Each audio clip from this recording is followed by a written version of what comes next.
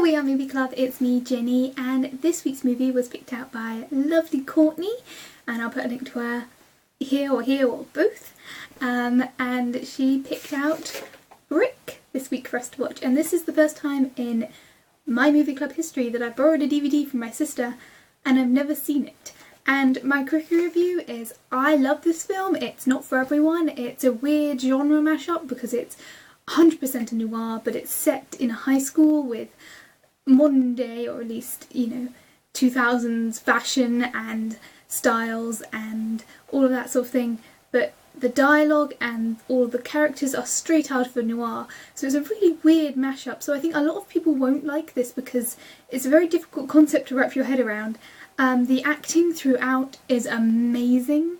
Joseph Gordon-Levitt does such a good job. You can just put your heart out to his character. He does such a good job of being very stoic and your classic noir detective while still being a kid and still being vulnerable and emotional at the right points. And he can pull off this very complex character who's very intelligent but has a very interesting journey during the course of this film. I think he does so well. I think this is the best role I've seen him in.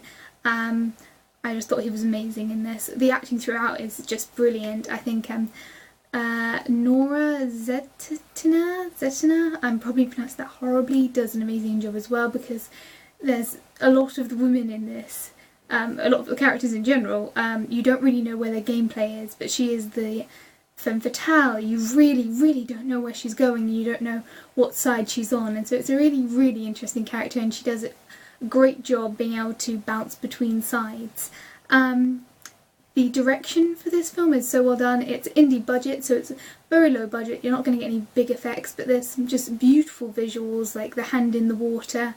The fight sequences are really interestingly shot to keep it exciting and, creatively done, so that you're not using a lot of budget or a lot of effects, a lot of, big important shots, but you still get the idea of the action, you still get what's going on, and in a way it's almost more engaging because it's fight sequences in a way that you don't really see, so it's very nitty gritty and very almost realistic, and Joseph Gordon-Levitt can take a punch and it's amazing. There's lots of other beautiful techniques, like the pans between scenes, where there was that cut where they used the plastic bag in the river, and that was just really weird and surreal and really just interesting to look at. And there's lots of that throughout. It's because it's a mixed match of genres. There's some scenes which like you can definitely get the noir vibe from either the shots or the costumes occasionally, but it's also set in this modern world, so it feels very just interesting. I would say disjointed, but somehow it works. So I really love the direction, I really love the acting, the music throughout it really well. It really works with the use of silence and the use of music, and it's very subtly put in. It never interferes with what's actually going on, which is nice. I like the story is just so well done. It is your quintessential noir, and for me, I found myself, because I managed to follow the story more or less all the way through, there's lots of clues, I found my imagination just tipping as I started comparing the characters in this to their alternative characters in a classic noir. So the head teacher is obviously the governor of the town, or the district attorney sort of character. Similarly, of course, our hero is the grimy detective. The femme fatale, who's just a rich high school student, is your classic, starlet sort of character. And there's a lot of stuff, and I found myself not being distracted. I was really enjoying it, but my imagination was kicking in, and I was putting in different backgrounds, like aging up the characters 10 years and putting them in the setting that the story felt like it belonged, but still enjoying the fact that it was set in modern day. It was really very complicated feelings about this, but I just loved it. It spiked my imagination in a way that a lot of films don't do, because it felt like it belonged somewhere else, but in a good way. I'm rambling. So I love the direction, I love the music, I love the acting, I love the style, I love the language of this. For me, because I like Shakespeare, I like language messing ups, where they create language and they twist it around. I didn't have a problem at all understanding what they were saying. It wasn't like I needed to translate. I could just, you know, go with it. But it just added the whole sense of surrealism to this. And I was watching the director's commentary, which is the reason why I'm filming this so late, because I watched the director's commentary and started watching it again, and I was like, no, I have to film a review.